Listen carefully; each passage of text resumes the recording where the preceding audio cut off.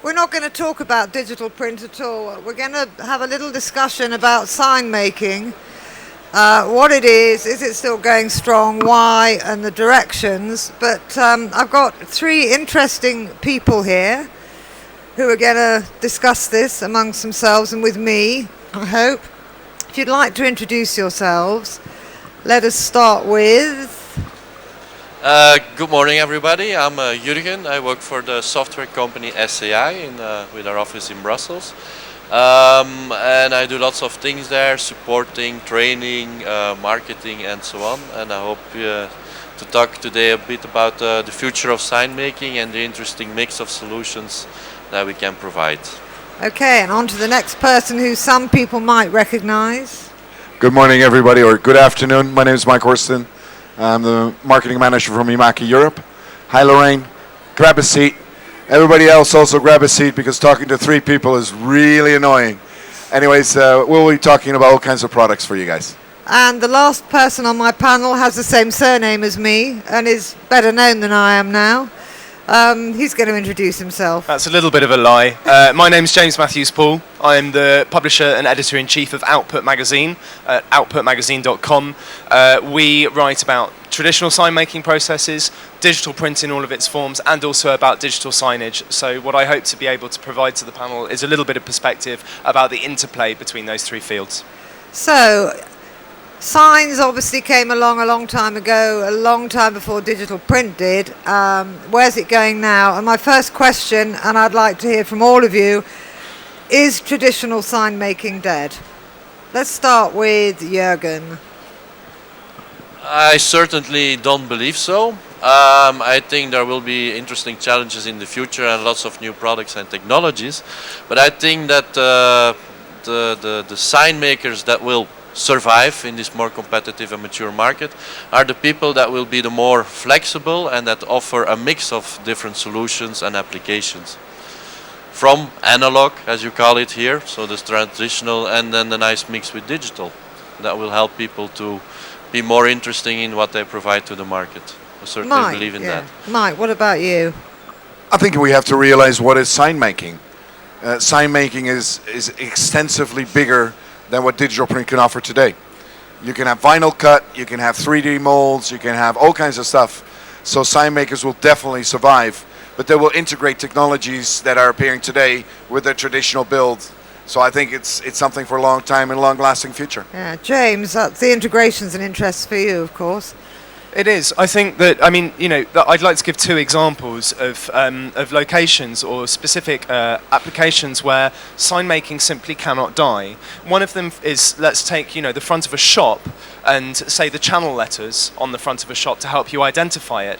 That can't really be reproduced digitally in the same way. Another example is wayfinding. Now, wayfinding is changing massively as a discipline, as is all information design, because of the smartphone, because of the digital information that we can now have in our hands.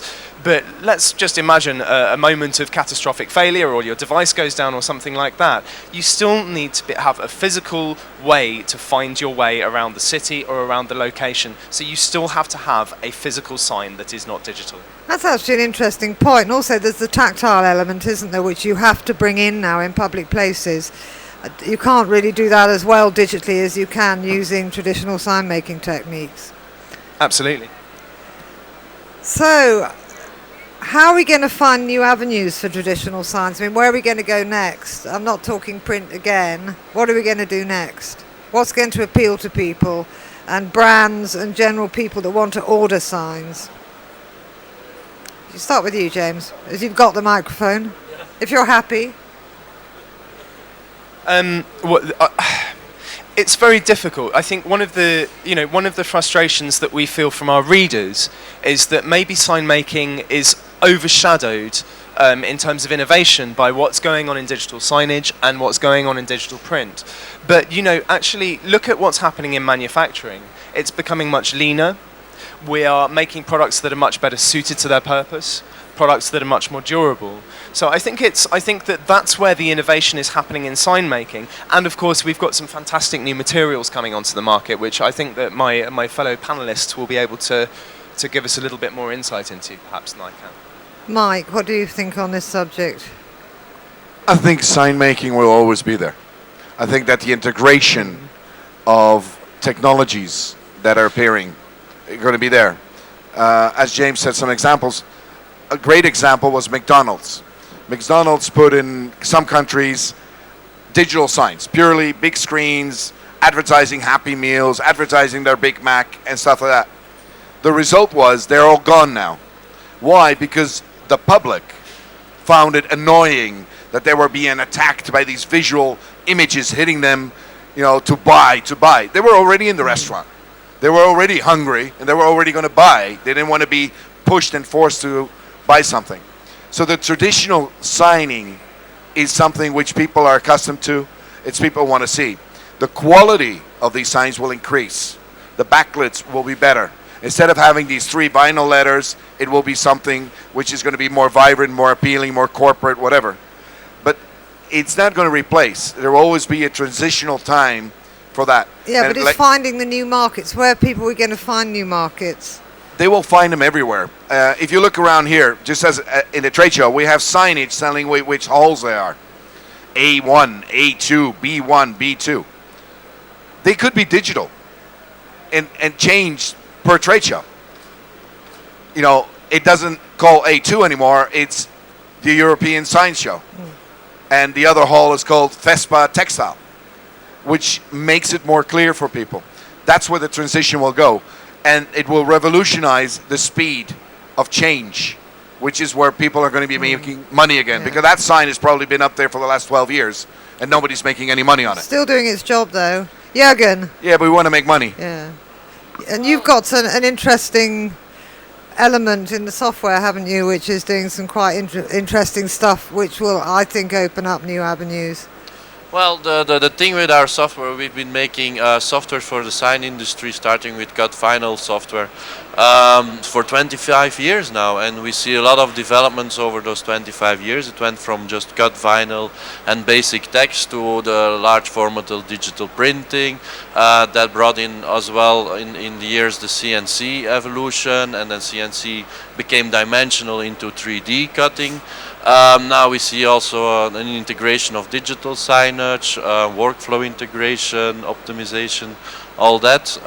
So there's a lot of interesting things, and I think signs will just evolve, but the signs will not go away. The sign industry will not die. Cavemen started it. Yeah. Hundreds of thousands of years ago. Handprints. Any technology that appeared to the market now did not make signs or sign makers go away.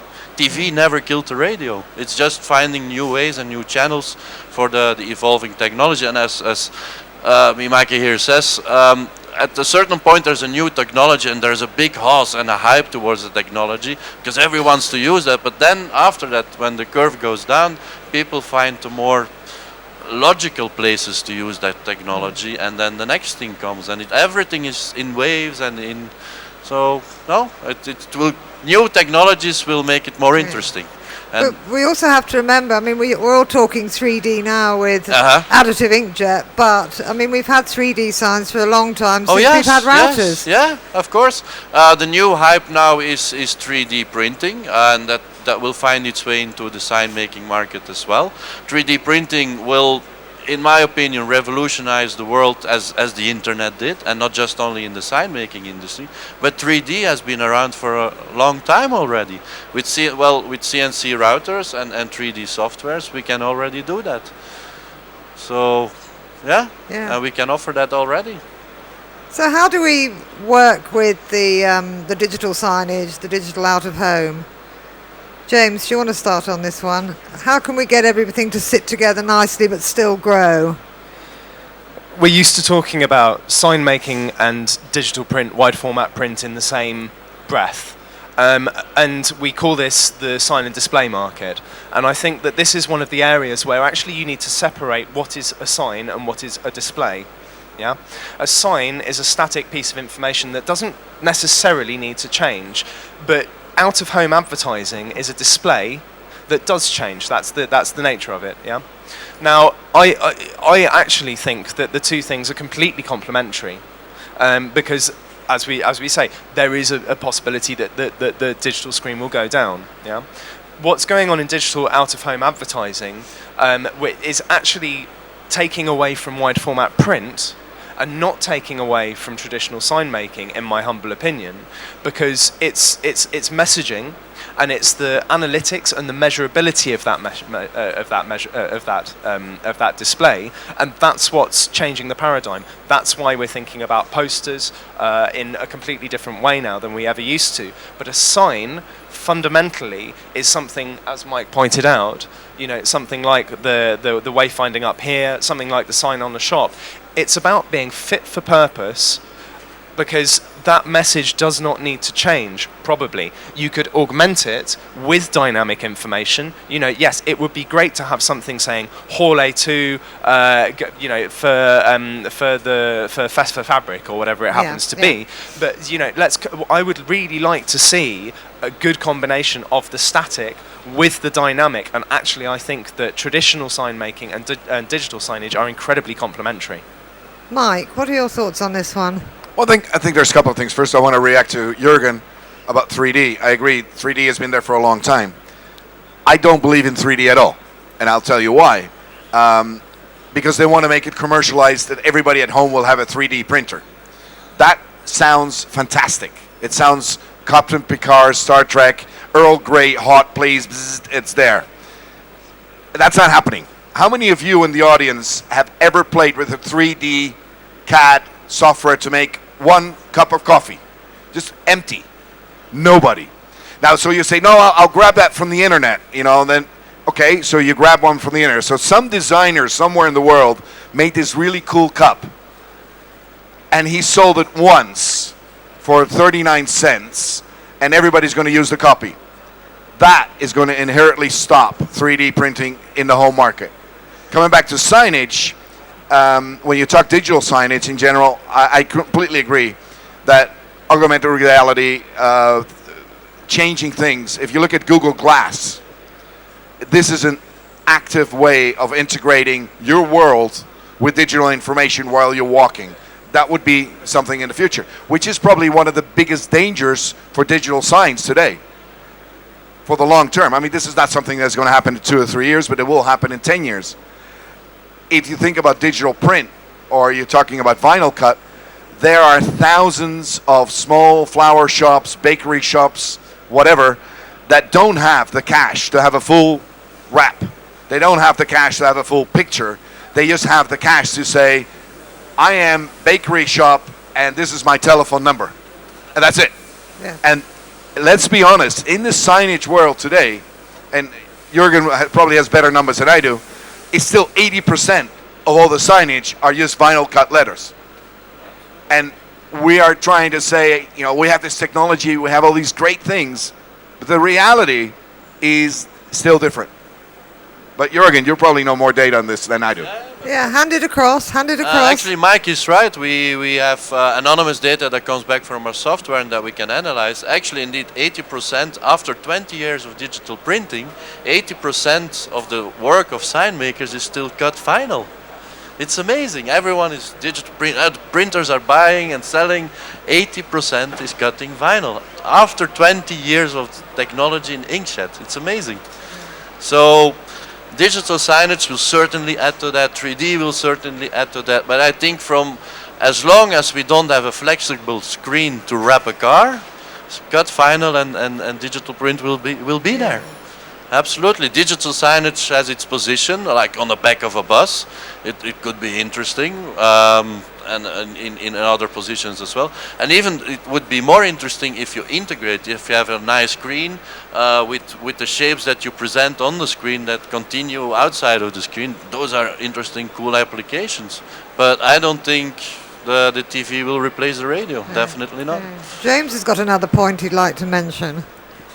Yeah, when we launched Output 4 years ago, and I mean, arguably some people still think we're mad to try and combine an editorial line of sign making, wide format print, and digital signage. But somebody said something very, very interesting to me, and he said digital signage is a bubble industry. It's going to be incredibly important for the next 10 years. It's going to threaten a number of established markets, but then it's going to plateau, because essentially it will become integrated within our normal environment. having a screen on a bus will become part of communications. Yeah. And this is actually reflected in the way that digital signage is sold. Digital signage has effectively two major sales channels. It has the IT sales channel and the AV sales channel. Graphic arts, or the sign and display market, is not really seen as a channel by people in the digital signage world.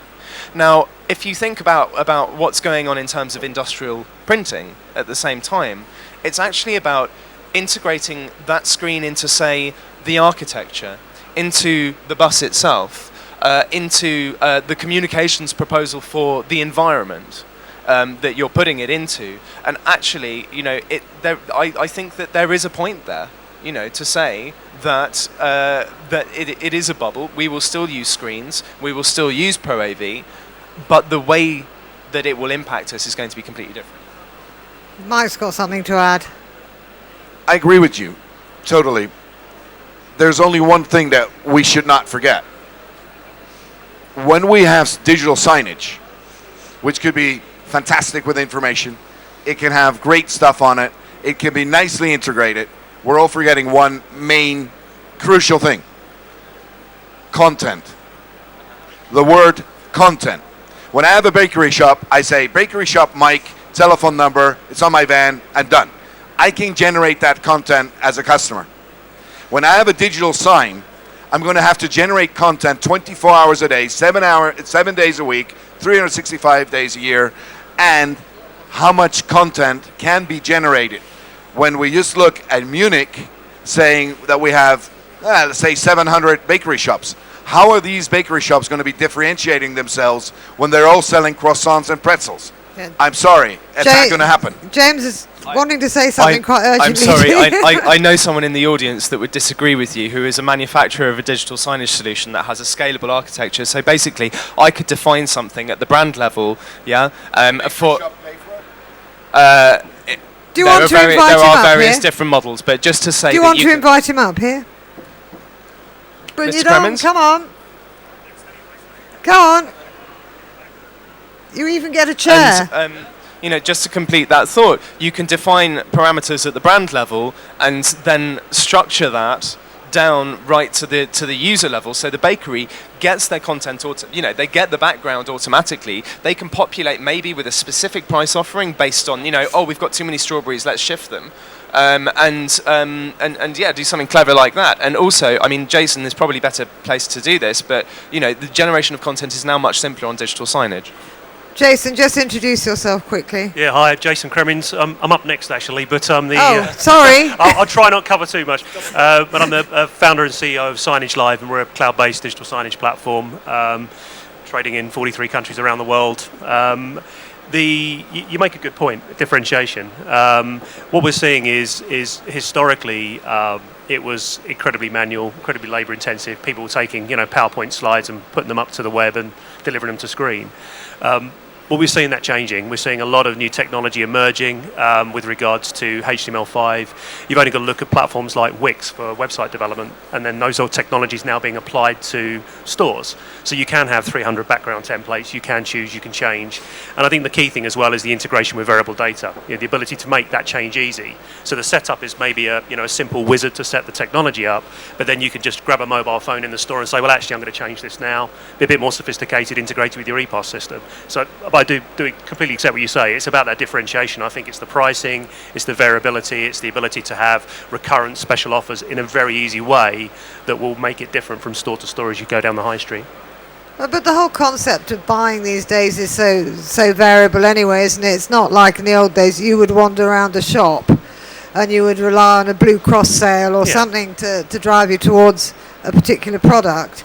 Now, we want everything instantly. Nobody really wants to stock anything. It's all got to be done for now. Absolutely. It's kind of the print-on-demand, just-in-time mentality, but it's all been driven by variable data. It's all about and personalisation and versioning. Yeah, absolutely. And I think where signage really struggled, the obvious kind of utopian place for signage is retail. Okay, retail has always been the first to embrace digital signage, sorry to qualify.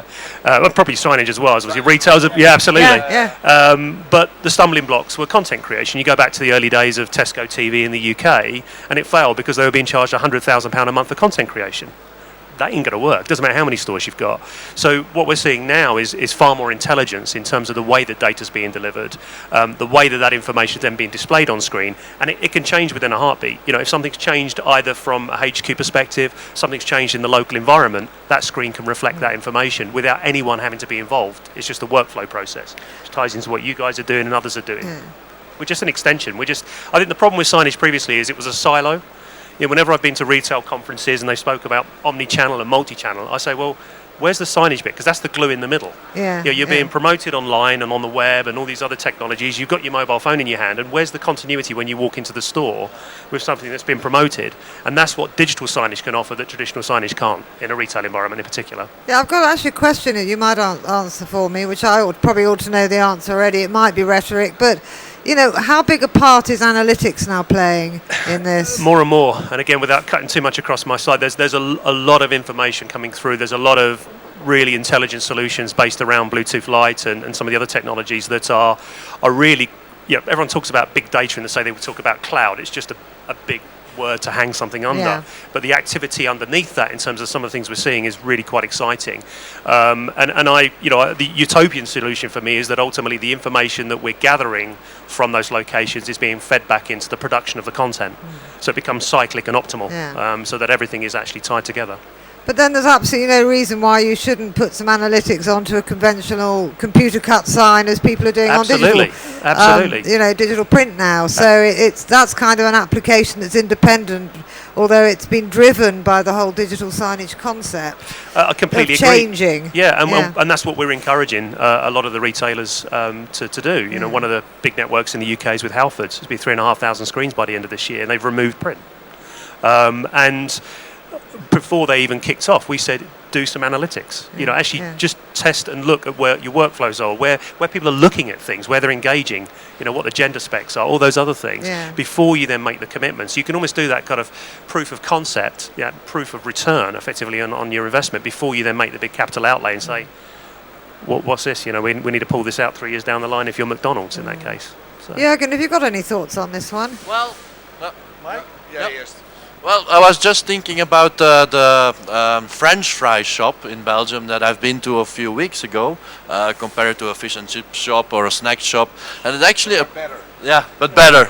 And it's Belgian fries, not French. Why did I say French fries?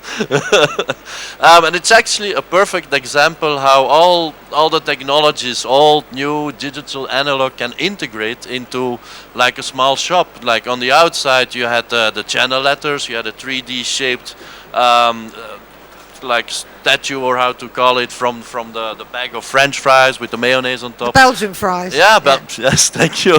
Freedom fries. The frites. Yeah, the frites. So you had like the channel letters, you had a 3D sign, you walk in, and they had 3 digital screens next to each other with the new snacks that they had just, you know, slowly passing by, and then the other offerings that they had. Below that was the price list in cut vinyl. In where you eat, they had backlit signs, so more static, so not to annoy people that are already eating, that already purchased. And then on the counter, they also had like the stickers and the full color designs. And that's actually, it's a simple example, but that's how I see the future evolve.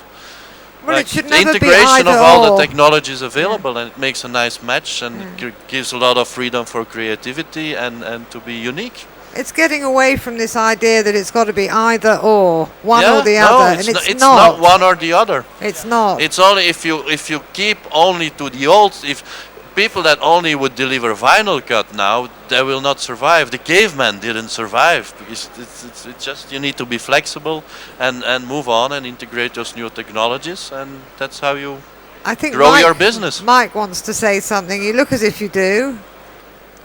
I mean, I agree with both speakers, and we're really in agreement, so that's kind of nice. But retail is always the first one to experiment with new technologies. This is a fact of life, because each retailer wants to differentiate themselves and be the first one with something new. If you look at trends, and for Mimaki, we do textile, we do flatbed, we do roll-to-roll, we do vinyl cut, we do all the different technologies. We see that retail is changing more dramatically than most people think. What is happening today is that retail is selling on the internet, and their stores are becoming their showrooms.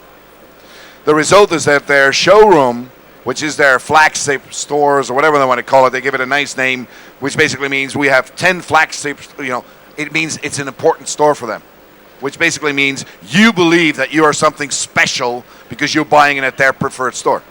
It's a great concept. But the result is that in those stores now, they are selling product which was basically already sold on the internet, but they just wanted to size and fit it. There are very few women today in this audience that will buy one pair of shoes in one size. They will go to Zalando and order that pair of shoes in size 1, 2, 3, 4 and send back. I know the guys from Zalando, 85% of their outgoing merchandise comes back within 2 weeks. And that's the whole system, to return. Because that's how women work. I'm sorry. We men have no idea what we're buying. We ask our wives to buy our stuff, so that's easy. But that's the changing environment of retail. And signage is helping that retail, the 3D. If you look at Abercrombie and Fitch, those stores are basically designed boutique showrooms. They're nothing else. Yes, you can buy clothes there, but you're buying something exclusive. You're buying something different. When you go into a Tesco and you see 2 or 3 screens, it won't work. You will have traditional signage hanging on every single passageway telling you this is where you buy the ice cream, this is where you buy your cereals, that's where you buy your milk. People are used to that, and they will keep it. And it won't change. Yeah. It won't change in the next 10 years. James, at do you want least. to add anything on that? I actually think it's very simple, in a way. If the information doesn't need to change, then keep it static. And if the information does need to change, then keep it dynamic.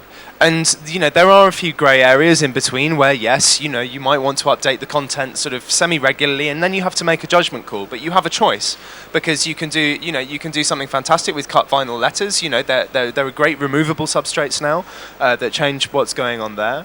You have fantastic frame systems and banner systems, which means that you can update the content very regularly. If I need to let for example, textile is taking off in a massive way. I know we're straying onto print again, sorry, but for example, this stuff here, you can reuse this display system, and update the content on it. This does not need to be a digital screen, and it never will be, I don't think. So I think actually sometimes I think arguably in the what we could call the VIP community of our industries, the manufacturers, the marketing managers, and the press community as well, we have this tendency to make these sweeping statements like sign making is dead and digital signage is killing it, which is a load of bunkum. It's absolute tosh, because at the end of the day, it's using the right product and the right technology for when it is fit for its purpose. And often, if it's static and the message doesn't need to change, keep it static. So supposing you're an old-fashioned sign maker, maybe you've got a couple of roll-fed vinyl, well, it would be roll-fed probably these days, but you've got an old vinyl cutter, fairly basic stuff. You just don't want to do anything to do with print because the margins aren't there, it's too competitive, don't understand colour, blah, blah, blah. What would you advise them to do next? Now, who should we ask first? Jürgen.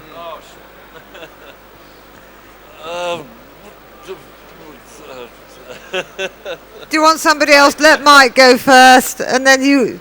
Basically, I would sell my company and go to a nice island somewhere in the world and enjoy your finances as long as you have them. No, Mike, that wasn't the question. It's what would you do? They want to carry on creating. They want to carry on integration of technologies, newer technologies, and integrate. Again, cut vinyl is something for 20 years on a van.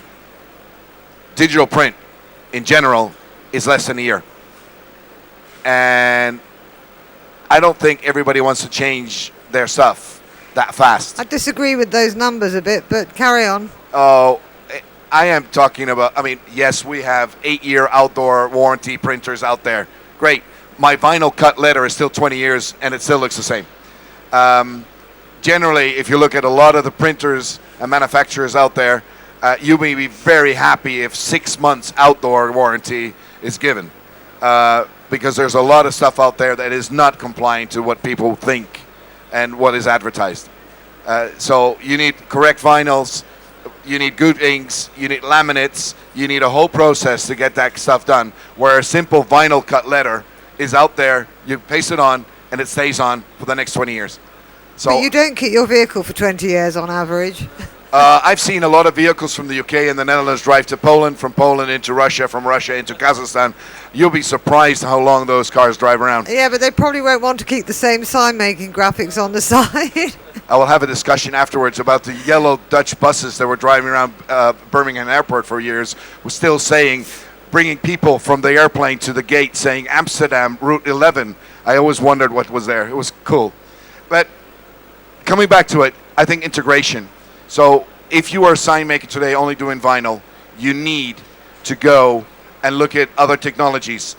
Can be signage, digital, can be routing, CNC, could be 3D printing, could be a roll-to-roll printer, but you need to diversify what you're doing yourselves. And I'm going to have to wind you up now because we're going to be wound up. Let's just have a concluding from Jürgen on that side of things. Yeah, that's okay. Exactly, but you no, don't but, need time to think much. I agree with that. If you're just the mom and pop shop and only thing you focus on is final cut, if you have your niche market with that, that's fine. But carry if on, you want to yeah. grow your business, you need to have those different technologies, or cooperate with someone, find a good partner that you can work together, of course. But you need to be able to deliver more than just one solution. Otherwise, you're not going to grow. Okay, James, just a quick summary. Have you got something you want to say on this one? And what would I say to that sign maker? No, well, I can't even remember what the question was now. It's kind of what would you do next? The sign maker. What should the sign maker do next? I would focus on my business. I would look to optimize it. I would look for sensible neighbouring opportunities. I would look at the new materials, the new techniques, and the new processes, because they exist in sign making and they are coming out. Go and have a look around DSC. You've got, for example, sign lighting. I mean, I'll keep this quick, but sign lighting has changed radically over the last 10 years. What we can now do with LEDs, the kind of power optimization we can deliver, the colours, the variety. There is innovation. There are more people that are still looking to buy. It might not be as sexy and as glamorous as some of the stuff that we're doing with wide format print and what's going on in digital signage with the bright flashing lights and all the rest of it, but there are still more signs to be made. I would look at business optimization actually, and then that will allow you to innovate into new areas. Okay, well, on that note, very quick questions. Ton would like to ask a question. I'll give him the microphone. Well, I've one question. I like the idea, that was my own presentation, about combining both. But when you look at those 85% of companies doing still final cutting, and the other ones are print service providers with the bigger printers, you have to look also at what they are doing, how big they are, how poor they are. Perhaps how long they will stay alive, perhaps. So there's a certain percentage in that number that is really going bad, and we can say it is already for 20 years. But if you look at the figures of digital cameras, it went like this. Till 2002 it went like this, and after 2002 it went like that. And that could be the case also in our business. And Tom, do you have a question? Because I'm being hurried for time now. Was there a question? No? You just wanted to say your bit. It was a comment. A statement. This is a question. Oh. I shouldn't have given you the microphone. No, I don't mind. Anybody else got a quick question? Silence fell over the audience.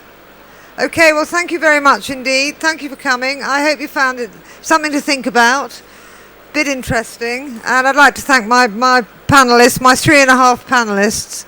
And don't go away because the gentleman on my left is speaking next, so I'm eating into his time. Thank you.